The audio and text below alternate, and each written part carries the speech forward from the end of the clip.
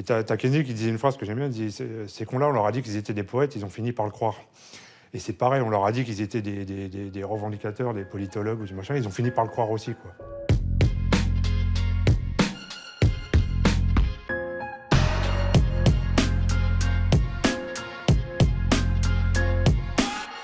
Quand le rap est apparu, c'était un peu la voix de la banlieue, la voix de l'immigration. Les gens découvraient la banlieue, tu sais. C'est 1990, les gens... Sorti tout droit de la secte, le ministère mène l'enquête, une seule chose en tête, anéantir les traites. Je pense qu'il y a eu une identification. Tu sais, quand t'es invisible du paysage audiovisuel, comme l'étaient les Noirs, les Arabes dans les années 90, il n'y en avait pas à la télé. Nous, on donne une image de l'endroit où on vient. Maintenant, il y a beaucoup de personnes qui partent sur Sarcelles sans être jamais venues à Sarcelles. Et ça, c'est ce qu'on appelle des préjugés. Et si tu regardes bien, les préjugés, c'est la base du racisme. Des jeunes gars qui me ressemblent parce qu'ils sont renois en France et en fait qui parlent de leur quartier, de leurs potes, de ce qui ne va pas, des rapports qu'ils ont avec l'administration, des rapports qu'ils ont avec l'autorité, de leurs rêves, de leurs échecs, de leurs embrouilles. C'est ma vie en fait, tu vois ce que je veux dire.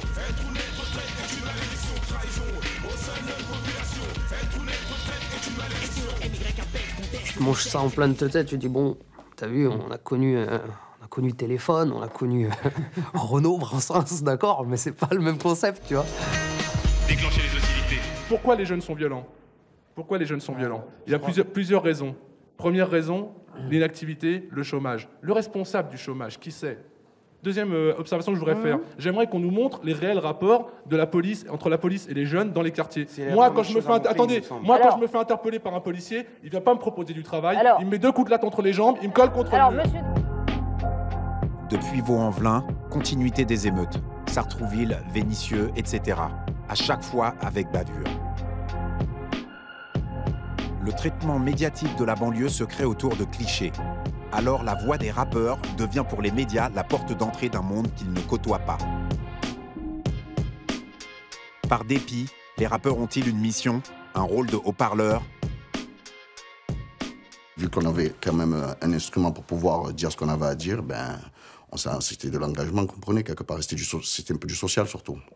Ce sont vraiment des chroniques sociales dans le sens où nous, on se définissait comme des sortes de journalistes du quartier. On décrivait ce qu'on voyait, on donnait notre avis dessus.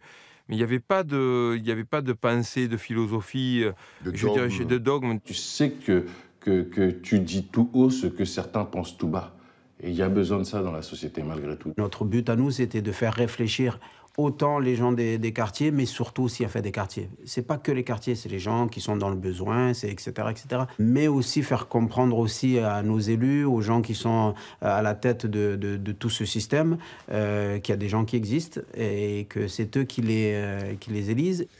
Il est faux de dire qu'il y a une séparation entre le mal des banlieues et les actes criminels. C'est le mal des banlieues qui fabrique la petite criminalité, et la petite criminalité génère toujours la grande criminalité. C'était là ce qui s'est passé à Mantes. Malgré que je sois un Mantais pure race, je quitte la région. Hein. Oh là là, affreux. Hein. D'après les pouvoirs publics, les jeunes à l'origine des incidents seraient environ 200, toujours les mêmes, 200 sur les 16 000 qui habitent la cité.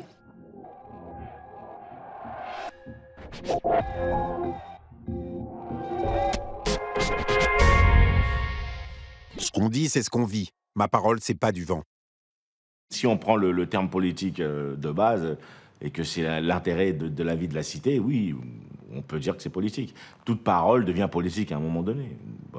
Si on va dans ce sens-là, d'accord, c'est politique. Il y a des choses qui me sont arrivées dans la journée, quoi. Peut-être je me suis fait arrêter par la police, peut-être que quelqu'un a voulu me renverser en me disant sale nègre, n'importe quoi. Il y a plein de choses qui peuvent se passer. Et là, j'ai la colère, je rentre chez moi, je prends mon cahier, je regarde la télé, je vois encore des informations, je vois encore des choses qui me prennent la tête. Je vois la Somalie, je vois des frères à moi, quoi. J'appelle ça des frères parce qu'ils sont noirs comme moi, qui crèvent de faim.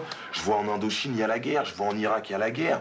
Tout ça, ça fait une explosion en moi et je prends mon stylo et hop, j'écris. Quand tu es amené à parler de tes conditions et cette espèce d'injustice que tu vis au quotidien, forcément, d'un coup, tu rentres dans un aspect qui est engagé ou comme tu veux, mais alors qu'en fait, nous, c'est notre live. Parce que, en fait, c'est engagé malgré toi, en fait. Pourquoi j'étais rappeur avant d'être rappeur? Parce que déjà, quand j'étais petit, ma mère ne savait pas lire, écrire, et qu'il fallait remplir des enveloppes et des chèques, et qu'il fallait écrire, et qu'il fallait lire. C'était quand même quelque part une musique de ghetto, une musique d'étrangers, on va dire. Et quelque part, nous, moi je pense que Boss aussi, on avait ce poids en nous qui était de dire, de parler au nom des autres, même si on n'était pas représentatif de tout le monde. C'est un moyen d'expression pour nous, un moyen de dire ce qu'on avait à dire, sachant qu'on était issu d'un quartier de la Goutte d'Or, Barbès, où il y avait énormément de choses à raconter. Je pense pas que le travail du rappeur, c'est de faire de la politique, parce que la politique, c'est aussi amener des solutions, c'est résoudre des problèmes. Un rappeur, il résout pas de problème, il est là pour constater et dire ce qu'il a à dire, puisqu'il a un œil bien placé. Il y a pas mal d'incompréhension, tu te sens pas accepté, tu te sens pas à ta place, tu te sens pas valorisé. Et forcément, le fait de mettre ça sur papier et d'en parler, bon, bah, tout de suite, ça rend le truc... ouais, regardez, ils se plaignent, ils sont pas contents d'être là, qu'est-ce qui se passe Pourtant, on a la sécu, pourtant ils sont bien accueillis, ils sont mieux qu'en Afrique. Tu vois, tout de suite, tu renvoies ce truc-là, alors qu'en fait, pas du tout. Mine de rien, c'est ce qui se passe aujourd'hui, même dans les quartiers. Les politiques n'ont jamais compris. D'une certaine manière, on cherchait à prévenir, on cherchait de l'amour. D'une certaine manière, on cherchait un échange. On cherchait à appartenir à un groupe, à appartenir à un pays, être reconnu. Jamais les politiques disent aux banlieusards qui sont français qu'ils ont une place, qu'ils ont un avenir, qu'on compte sur eux ou qu'il y a une place pour eux ou qu'on les aime.